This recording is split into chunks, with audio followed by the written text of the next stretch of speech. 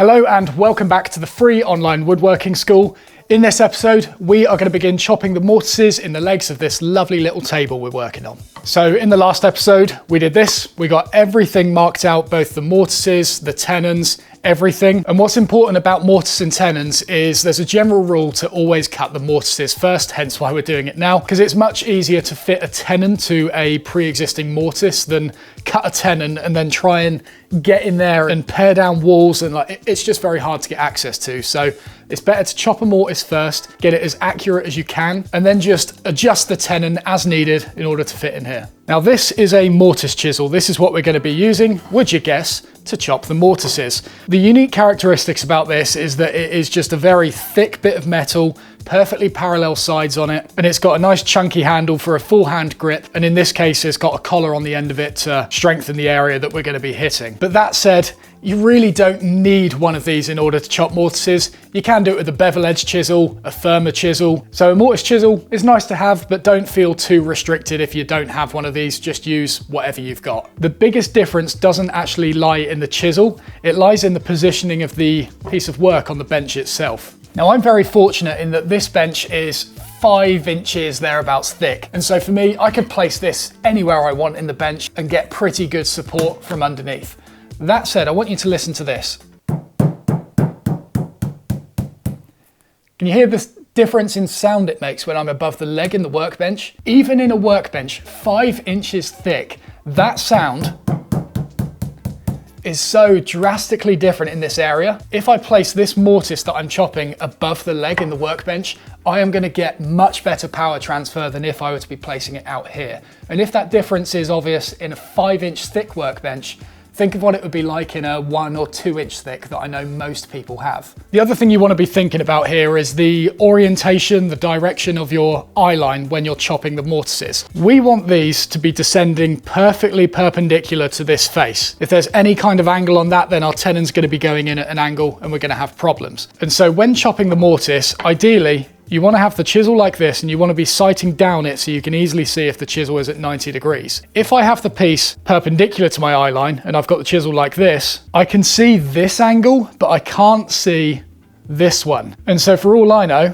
I could be chopping at a proper angle when hitting this chisel and I would have no idea. This angle really doesn't matter too much because we're going to be removing all that material anyway. And so when doing this, make sure that you're sighting down the component and you can check that what you're chopping is in fact 90 degrees to the face, and you can worry about this sort of forward and back angle when it comes to cleaning up the mortise towards the end. So this is one of the benefits of my bench in that I've got the split top down the middle here that I can clamp so it lands directly above the leg and I can sight down it. For you, you might have to do a little bit of jiggery pokery to figure out what the best angle is. Maybe you'll have to do something like this and kind of reach out a little bit. That's fine. Having a bit of distance in your perspective might actually be helpful. But if for whatever reason you can't get the piece of work over a leg in the workbench while still sighting down it, prioritize the ability to sight down the piece of work rather than situating it above a leg. Having it above a leg is just nice to have. Your neighbors will like it because it's generally less noisy, less echoey, less rattly, and you'll get better power transfer, but it's not a complete necessity. Focus on sighting down the piece over everything. And one more thing before we get started, I'm just going to put a little bit of tape on the mortise chisel here at 20 millimeters, which will indicate the depth I need to be chopping to. Last thing we want is to be blasting through these legs on the other side. On these back legs that I'm starting with, these two mortises will actually meet in the back corner of the leg. That's not a problem whatsoever. And we're actually going to need to miter the ends of the tenons in order to get them both in at the same time. So we're going to get the chisel in the middle of the mortise. Don't worry about whether the bevel's on this side or this side for the time being. Check it's 90 degrees and give it a good whack or two. Lovely. So now we've done that, we can work our way along probably in about 5 millimeter increments. And you've also got the option here of having it this way so that the bevel pushes the waste into this kind of open area here. But what you'll find when you do this is the chisel still kind of gets a little bit stuck. What you can do here is actually place it so the bevel is facing away from the area. And then what's going to happen here is the chisel will naturally kind of push its way back towards me and it's not going to get itself wedged in there. Just come straight out. This waste will pop out. It really doesn't matter which way you put it, but you're just going to work your way along like this. And I would stop probably about there. We can use this excess material at the end here to kind of lever on in order to get this waste out without bruising the area beyond the mortise. Of course, we've got a little shoulder here below the tenon that's going to hide any potential bruising there, but if we can avoid it, we might as well keep all the bruising within the mortise, and once we're down to final depth, we'll do this area last. So working back this way now. Okay, now we're down in there, just lever again. We've still got a little bit of area there that we can clean up to afterwards, and just work your way along, making sure to keep that chisel perpendicular. You're not doing anything weird angled like this. I'm gonna have to watch this masking tape as I do this and just check it's still at 20 millimeters every time. Okay, starting in the middle again. Let's do one more round.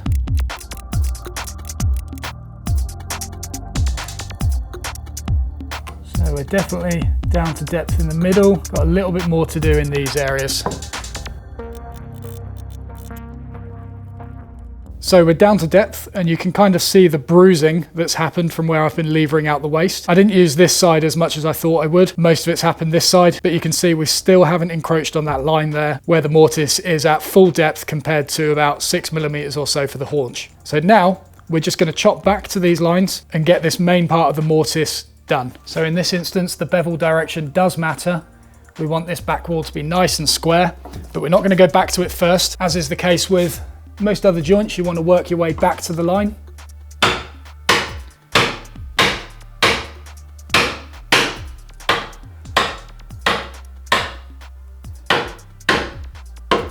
Okay, and now at this point, the position I'm in doesn't actually allow me to see if I'm chopping down perpendicular to that face or not. I can see that angle I mentioned earlier, but at this stage, I want this back wall to be 90 degrees. I could cheat and just look at the camera here, but so what I'll do is I'll put it into the line and then move my eye line to this position to check that we are going down 90 degrees. Whatever this kind of angle is, should just be guided by the mortise walls that I've already cut. So I'll get it to sort of where I believe it's going to be. Generally, I have a bias to kind of do this. So I think it's going to be about there. Close enough is close enough. How are we doing? Yeah, slightly overcorrected, but that'll be fine. It's only a tiny area. Lovely. We'll just carefully pop that out.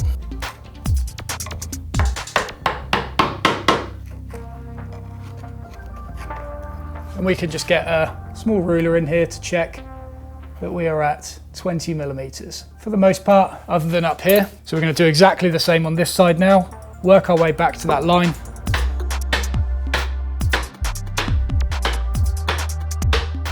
And now when levering out this waste, we can still use this top wall here because that's all going to be removed when it comes to chopping out the haunch. Still try and be somewhat gentle with it.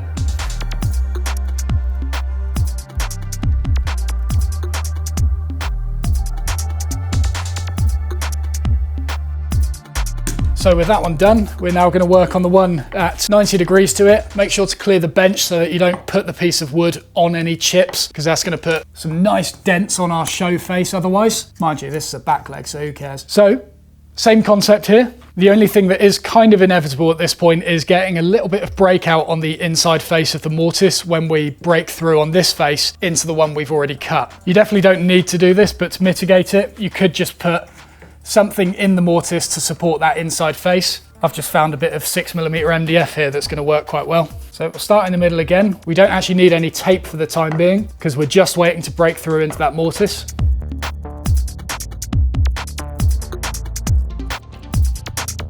So that's one leg done. I've got a tiny bit of cleanup to do on the corners just to get rid of all the kind of scraggly bits in there. But I did want to say at this point, this isn't the only way to chop a mortise. This is just a square hole in a bit of wood. Of course, there's machines to do this, like hollow chisel mortises. Those things they're lovely. But a lot of times people will resort to drilling out mortises and then cleaning it up with a chisel. Honest opinion here, I think this is much easier. If you've got a mortise chisel like this that is the same width as the mortise itself, when you're chopping back, you're naturally creating short grain in the mortise that then makes it incredibly easy to chip away. It almost just falls out by itself. Whereas with a drill, you're creating lots of little circles in the wood, but alongside those circles are areas of long grain. And you need to try and chip those out without the long grain veering off course outside of the mortise. Generally, you do that by severing the grain by cutting across anyway, and by that point, you're doing exactly the same thing as you would would be with the Mortice Chisel. Again, that's a lot of words. It might not make a lot of sense. I would encourage you to try it at the very least. But I think if you compare the two methods together, using a chisel, preferably a Mortice chisel, over a leg in a workbench with a good mallet, with good eyesight, you'll get this done so quickly. Of course, speed isn't what we're aspiring for here. We're going for accuracy, but it will be quick and accurate. So next we are working on what looks to be one of the front legs. Exactly the same process, except we've only got one mortise to do on this one. By the way, I know I'll get questions about this. This is a mallet made by my friend James. Lead wood head on it. I think this is an olive wood handle. He makes these in custom materials, even with this little brass transition here. All sorts of different things available, but this is just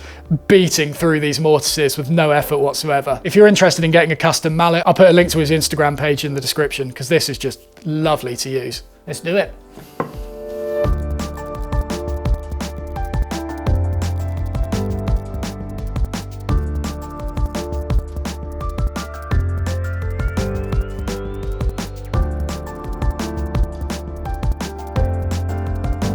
Another one done. Just timed that one. Took me 12 minutes to do this. Don't be put off by like scraggly bits in the corner and things like that. You know, we can try and break off some of these bits, but really a lot of that is actually going to help grab the tenon when it goes in there. As long as it doesn't restrict it from going in the first place, there's no harm in leaving it there, just to give yourself a bit of extra mechanical advantage later on.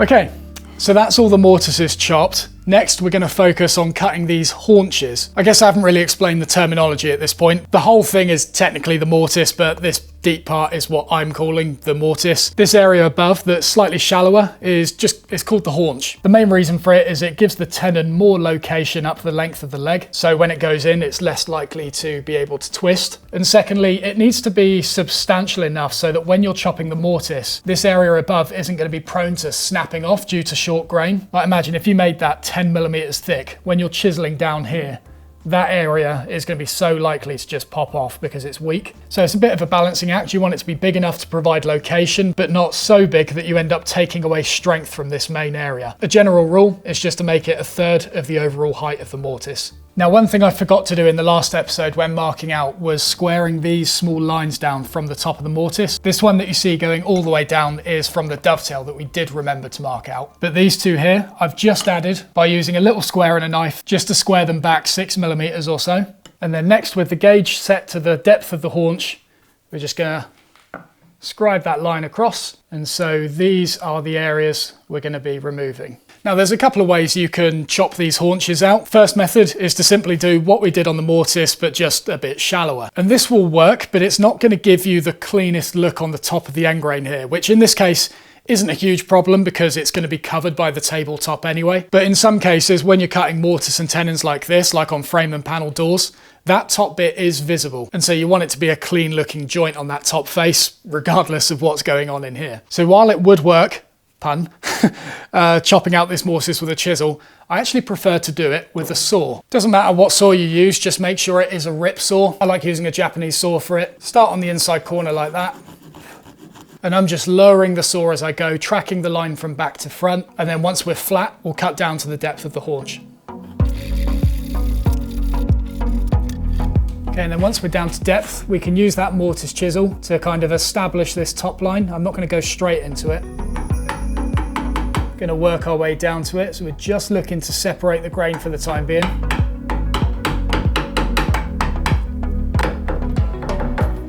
There we go. So we're not splitting it out just yet, we're just establishing that top line. And now from above, I'm just going to gently work this area close to the mortise, and when I'm at full depth, about halfway along the height of this haunch, that's when I'll split this final bit out. I don't want to do it now because it might track the grain and it could go in some random direction. So I'll just get rid of everything I can now. We might find that that top bit will just pop off naturally, which shouldn't necessarily matter because we've established the lines anyway.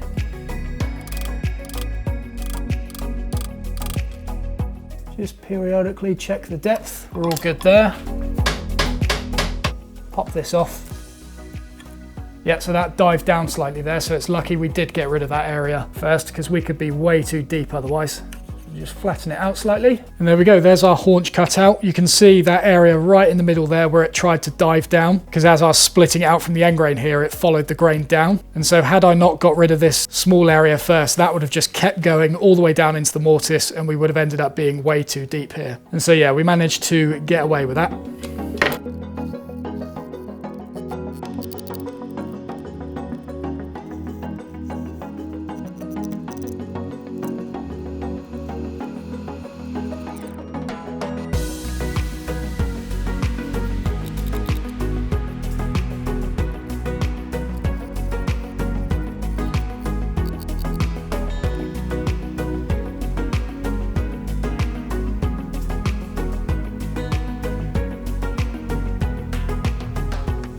And there we go, that is the mortises done. So in summary, the main thing you want to be focusing on here is your line of sight. Always make sure you're looking down the component to make sure you're chopping plumb. And if you can manage that, try and locate it above a leg in your workbench so that you get the best power transfer.